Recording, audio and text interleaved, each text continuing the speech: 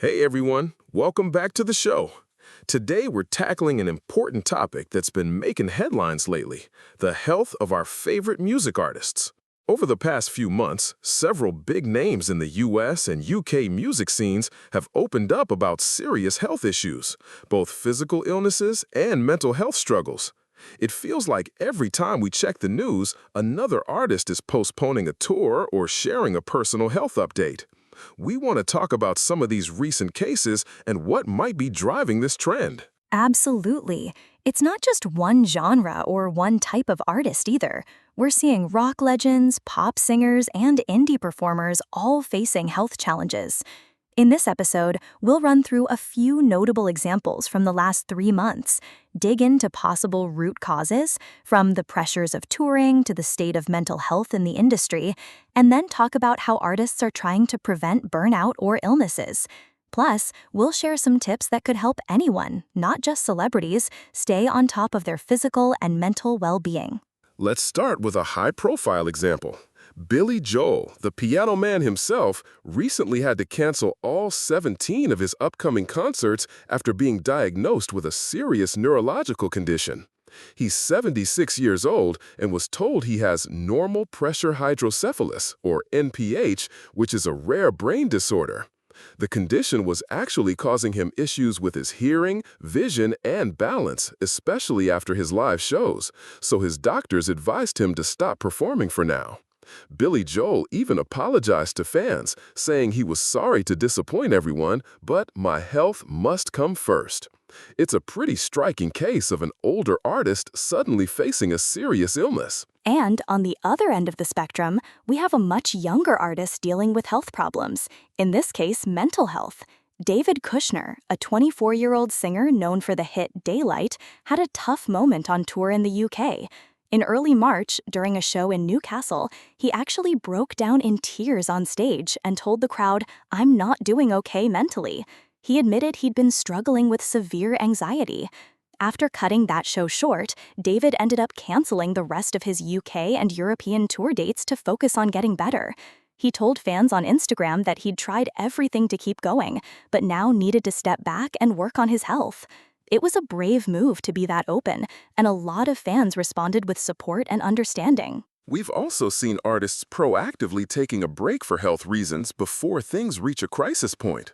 Julian Baker, who's part of the indie supergroup Boy Genius, is a good example. She's just 29, and earlier this May, she canceled the remainder of her spring tour with fellow artist Torres, explicitly saying it was to prioritize her well-being and focus on her health. In a joint statement on social media, Julian and her tourmate explained that this decision wasn't made lightly, but it was necessary, and they thanked fans for understanding. Interestingly, they had also canceled some appearances in late March after a band member got a concussion, so it seems like they were very mindful of health signals.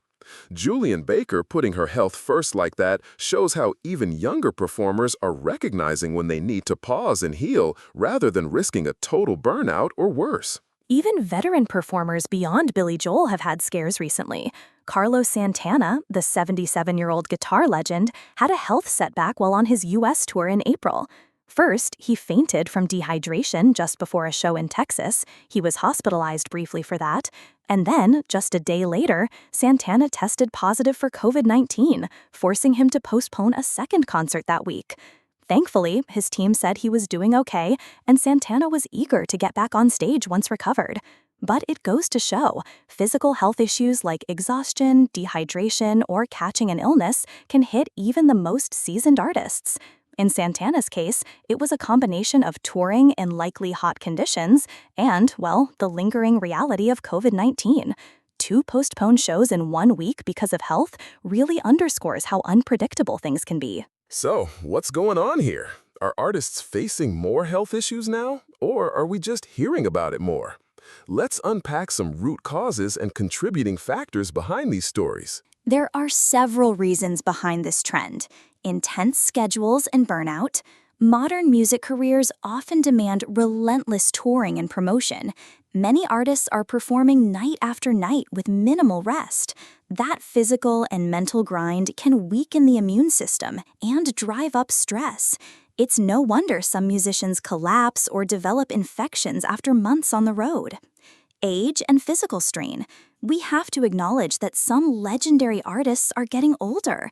Performing isn't easy at any age, let alone in your 70s.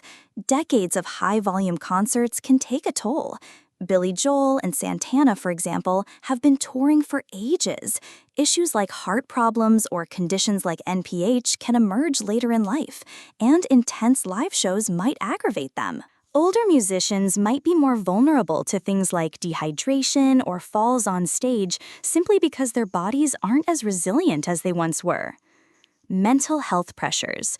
For younger artists especially, there's a spotlight on everything they do. Social media, chart performance, constant public scrutiny. The pressure to always be on and successful can lead to anxiety, depression, or burnout. David Kushner's case highlights how performance anxiety and the emotional strain of sudden fame can hit hard. The stigma around mental health is slowly lessening, so now artists feel a bit more able to say, "Hey, I'm struggling," instead of hiding it. In fact, broad society is seeing this trend. About 34% of young adults, 18 to 24, reported mental health symptoms in 2021-22, up from 24% in 2000. So the rise in young musicians speaking up about anxiety or depression fits into a bigger picture. Post-pandemic catch-up. Let's not forget the COVID-19 pandemic shut down live music for a good while. Now that things opened up, many artists scheduled extra tours and appearances to make up for lost time. Cramming 2 years' worth of concerts into one can be exhausting. Some industry insiders think this rush has contributed to burnout and health issues. Basically, artists and crew are still adjusting to the return of full-capacity touring. We saw Santana catch COVID on tour and others having to cancel shows when they get sick. It's a reminder that the pandemic isn't totally over as a factor, and that overloading schedules can backfire. All of these factors combine to create a challenging environment. You have the physical stressors, lack of sleep, long flights, loud arenas, and the mental stressors, high expectations, public pressure, little privacy. The encouraging thing is that more artists are acknowledging these issues now. Years ago, a musician might have hidden their depression or played through pain until they literally collapsed. Today, we see people like Julian Baker saying, "I need to take care of myself," and getting support for it. That open conversation is a positive change.